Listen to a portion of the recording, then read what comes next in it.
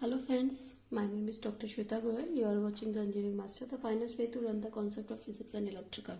So here, our new topic in the series, that is Faraday's law and experiment. In this lecture, we will talk about Faraday's experiment and then we will talk about Faraday's law. Okay, so first of all, Faraday's experiment.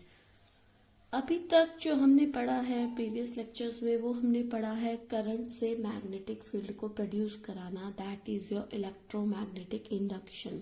Okay, the current will be current produces through the magnetic field. Okay, magnetic field, current से आपका magnetic field produce होता है, that is your electromagnetic induction.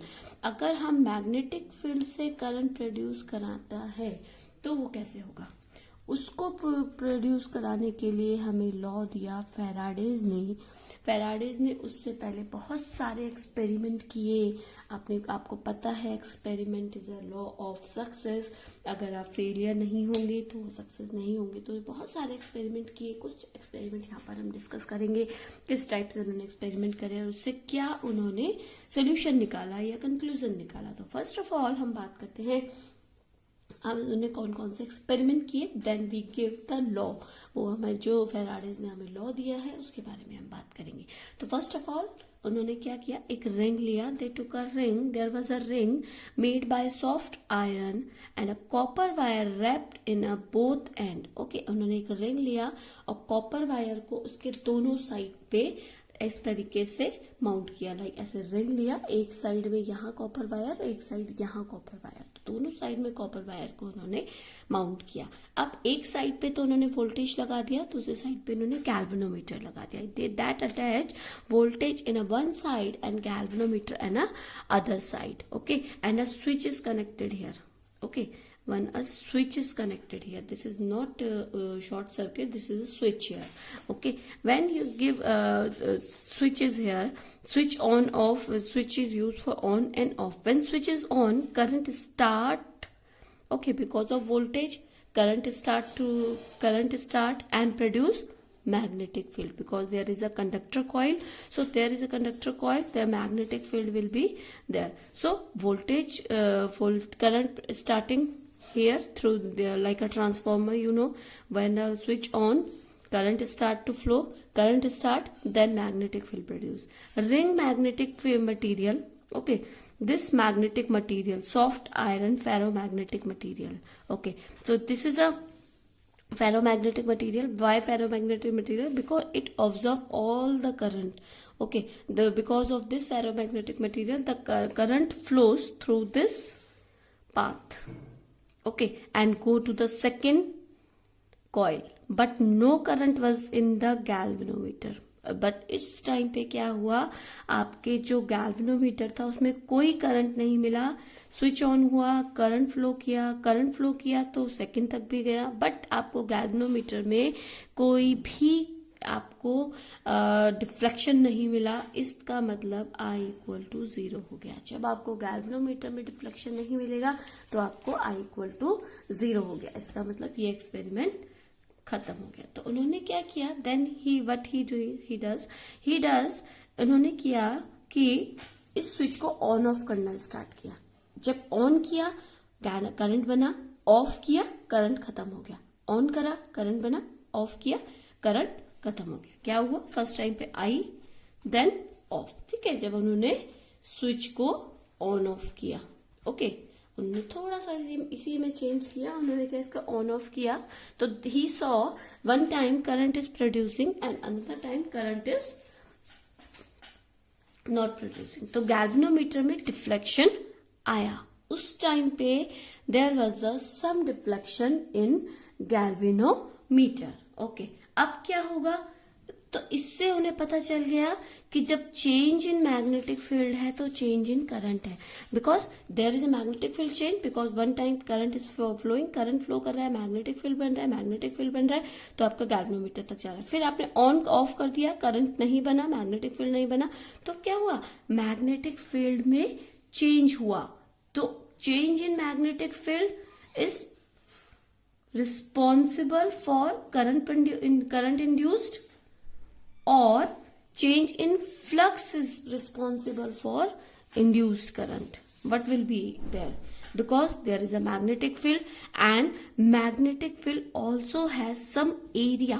जब आपका magnetic field है तो magnetic field का particular area भी तो है, तो जो करंट है ना वो आपका क्या हो जाएगा, करंट वो हो जाएगा कि एक कितने मैग्नेटिक फील्ड के एरिया के साथ आपके जो करंट है उसने लिंक किया, मैग्नेटिक फील्ड की जो लाइंस है उसने लिंक किया, तो आपका जो मैग्नेटिक फील्ड हो जाएगा like our electric flux, magnetic flux will be B into A. Okay, so here B is magnetic flux and area is your this. Okay, we will talk about this when we talk about Faraday's law, then we will talk about this. So change in magnetic field is responsible to induced current. Okay, are you getting my point? Change in magnetic field, change in magnetic flux, because this is flux, was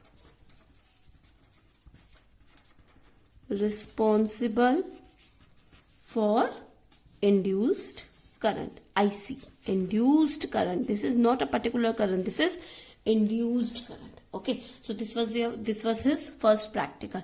Then he gave the second practical. उन्होंने क्या किया, यहाँ पर question ये था कि यहाँ पर क्या पता करंट की वजह से गैल्वेनोमीटर में डिफ्लेक्शन है, कोई मैग्नेटिक फील्ड है ही नहीं. ओके, तो उन्होंने क्या किया, सेकेंड टाइम पर आपका वोल्टेज सोर्स ही हटा दिया.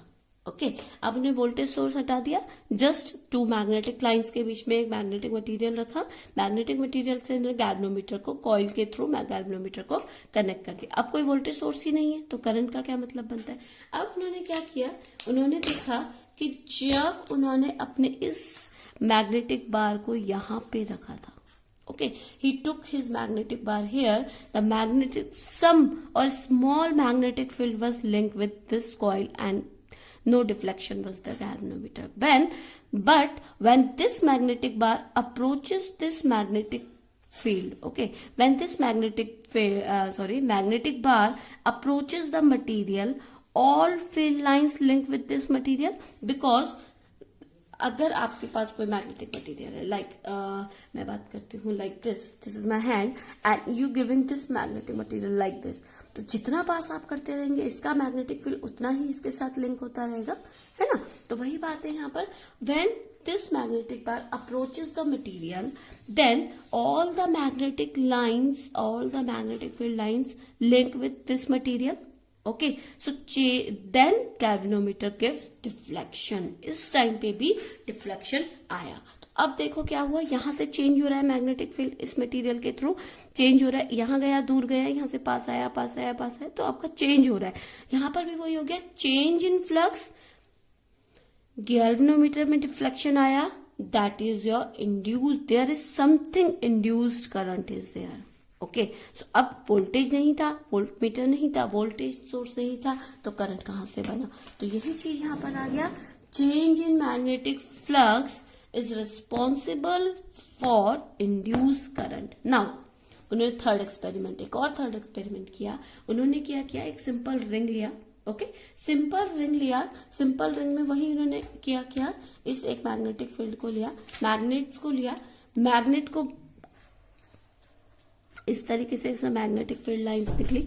अब इसको कभी दूर किया, कभी पास, कभी दूर कभी पास. अब देखो अब क्या हुआ, जब इन्होंने दूर किया कुछ मैग्नेटिक फील्ड इसके साथ लिंक हुई, जब इन्हें पास करते रहे तो सबसे ज्यादा मैग्नेटिक फील्ड इसके साथ लिंक होने लगी, तब इसको गैल्वेनोमीटर को डिफ्लेक्शन मिला.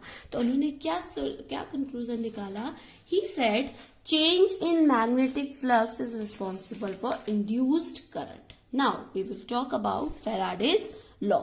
Okay, so take a screenshot for this. Now we will talk about Faraday's law. Okay,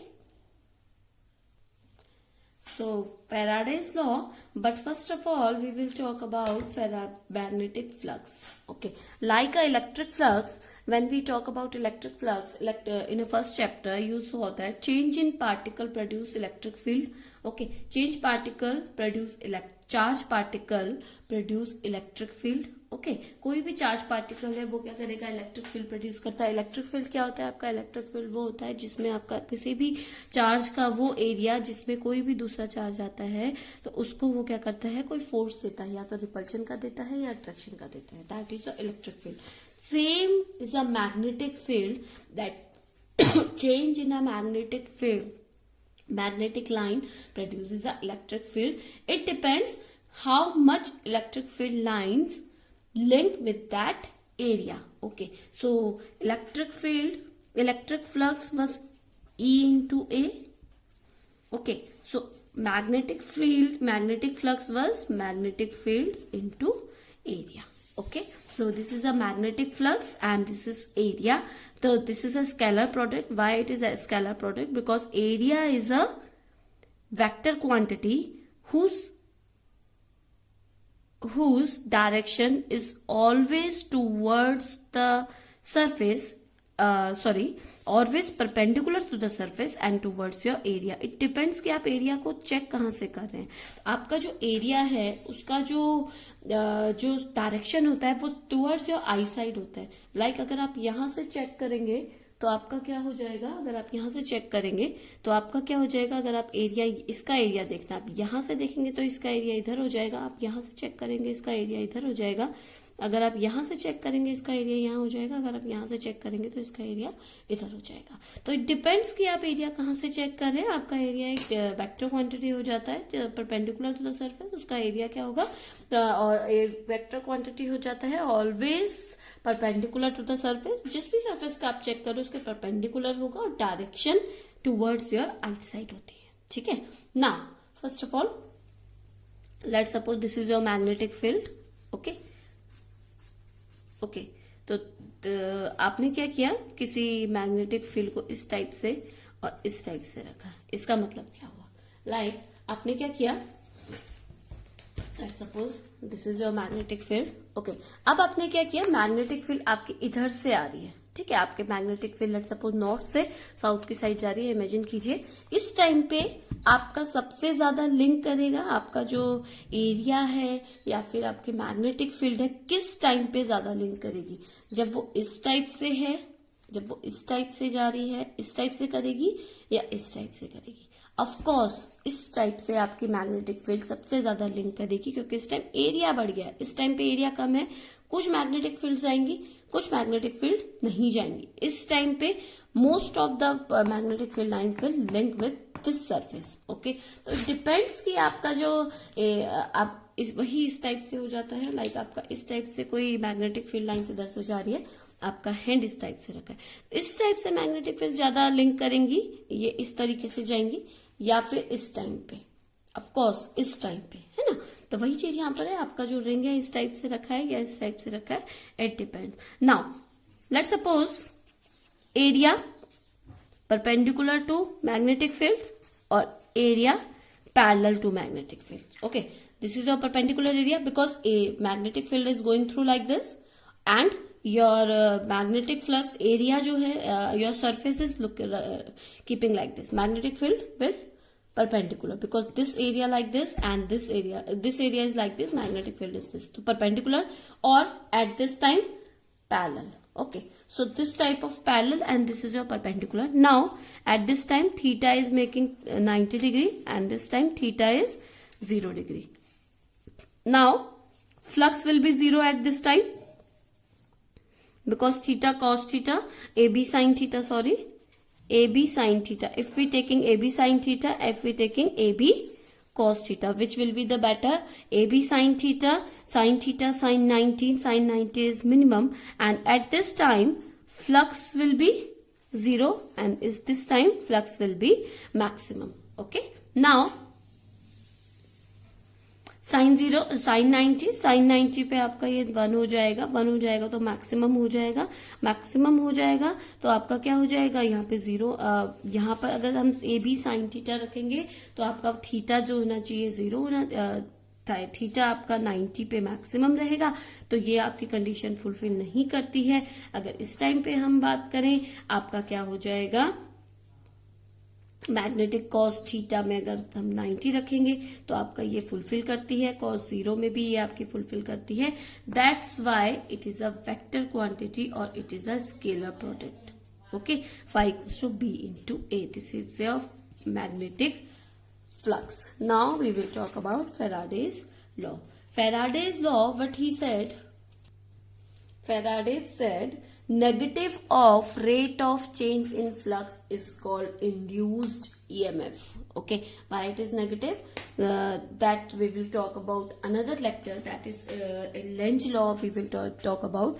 The only Faraday said negative of rate of change in flux is called induced EMF. Average EMF is E equals to del phi by dt if n number of turns, n is number of turns in a coil, because how much number of turns depends on how much their area. So if number of turns is n, then E average will be minus n del phi upon del t, taking limit del t tends to 0, taking limit del t tends to 0, then E equal to minus n d phi by dt.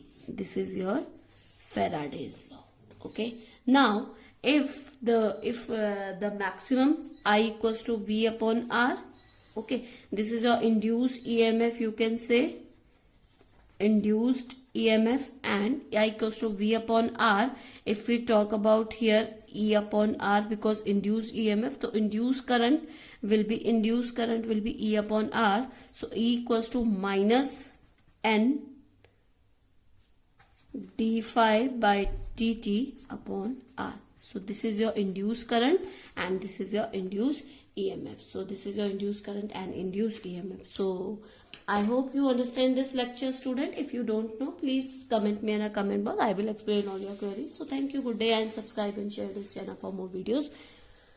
Thank you, good day, and take care.